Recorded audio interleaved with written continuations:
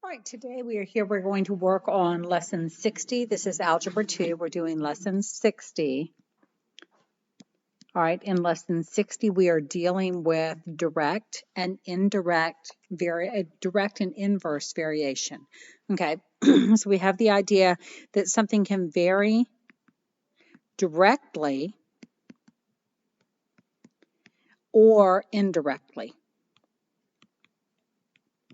All right, so if something varies directly, we could think of a child's age. As a child's age increases, their height increases. All right, indirectly, think about the amount of time that you spend goofing off. As that increases, your grades decrease. All right, so there's an indirect relationship here. When you increase the time you're goofing off, you decrease your grades. But over here, this is a direct relationship because as your age increases, your height also increases. Okay, so we say that there's a direct relationship, an indirect relationship. This varies directly, the other varies inversely. Okay, I said indirectly. Sorry, this is actually going to be inversely. There's an inverse relationship. Sorry. Okay, as we look at these proportions, the standard equation that we're going to use here is that A equals KB. Over here, we're going to say A equals K divided by B. All right, and K is going to be our constant of proportionality. Over here, K is going to let us see how much bigger A gets for each increase in B. All right. K is always going to be in the numerator. Over here, you could think of this as a fraction like that. You know, over 1, K is in the numerator here, K is in the numerator there. All right. So with direct variation, all of our variables are in the numerator. With indirect variation, we have one variable in the numerator, one in the denominator, and that one in the numerator is going to be the K. Okay, so you need to really work with this. Make sure that you recognize in the problems, when you're reading the problems, is it saying that this is varying directly or there is an inverse variation? All right, so if we've got, for instance, the idea that boys vary directly to the number of girls, that we've got a school and the number of boys varies directly to the number of girls. And so we have one classroom in room number, say in room A. Well, that might not be great for us. Let's say just in, room 1. All right, we're going to have 8 boys and we have 2 girls. All right, in room 2, we are going to be told that we have 5 girls. And what they're going to ask you is, how many boys are there in room 2? Okay, so we've been told that the number of boys varies directly as the number of girls. Okay, so remember I used this equation up here, A equals KB. The boys are going to be my A, because the number of boys I have is dependent upon the number of girls that I have, because the boys vary directly based on the number of girls. Okay, so here I'm just going to plug in the 8 for the boys, keep my K and the 2 for the girls, and I'm going to solve for K and find that K equals 4. I can now take the 4 and plug it in when I write an equation for room 2. So for room 2, I don't know my number of boys. Boys equals 4 times 5, so the boys equal 20.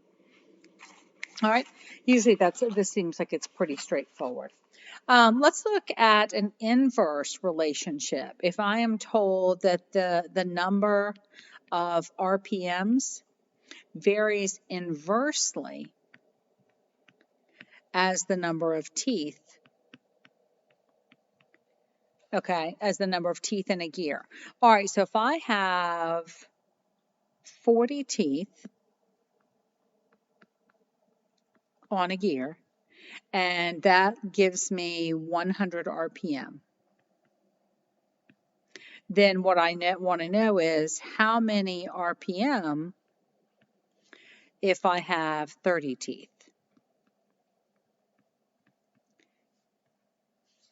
All right, so think about this again. What I'm told is that the RPM varies inversely to the number of teeth.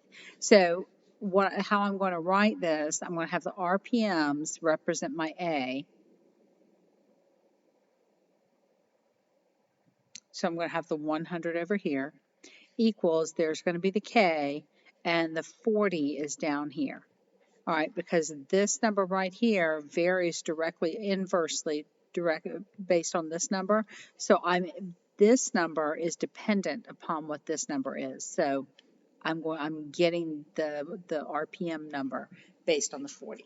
Okay, so right now what I'm looking to do there, right now I have the RPM number and I have the teeth number. What I'm looking to do there right now is to solve and figure out what the K is.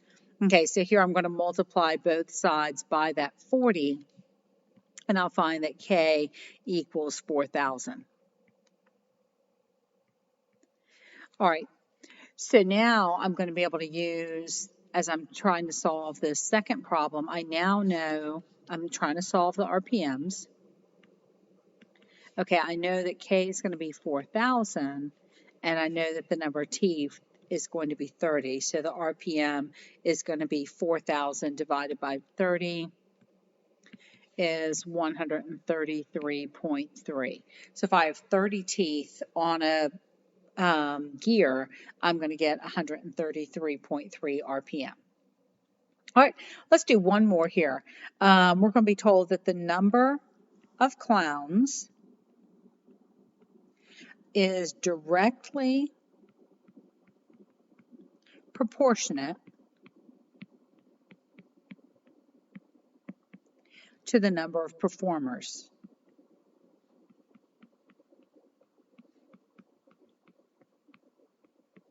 All right. Okay, so when there were 40 clowns, there were 2,000 performers. So how many clowns when there are 12,000 performers? Okay, so we're going to write up our problem, and we are told that the number of clowns varies directly to the number of performers. And you can just go ahead and, as you read the sentence, write it into the equation right there. Okay, so I start off here then. When I have 40 clowns, I have 20,000 performers. All right. And so if I'm going to go ahead and solve right here for my K, I'm going to get that K equals 1 over 500. Okay, so now I can plug in the 12,000 and the 500. So my equation now is going to be that clowns equals 1 over 500 times 12,000. When I solve that, I find that the number of clowns equals 24. All right. Okay, so that is my direct and inverse variation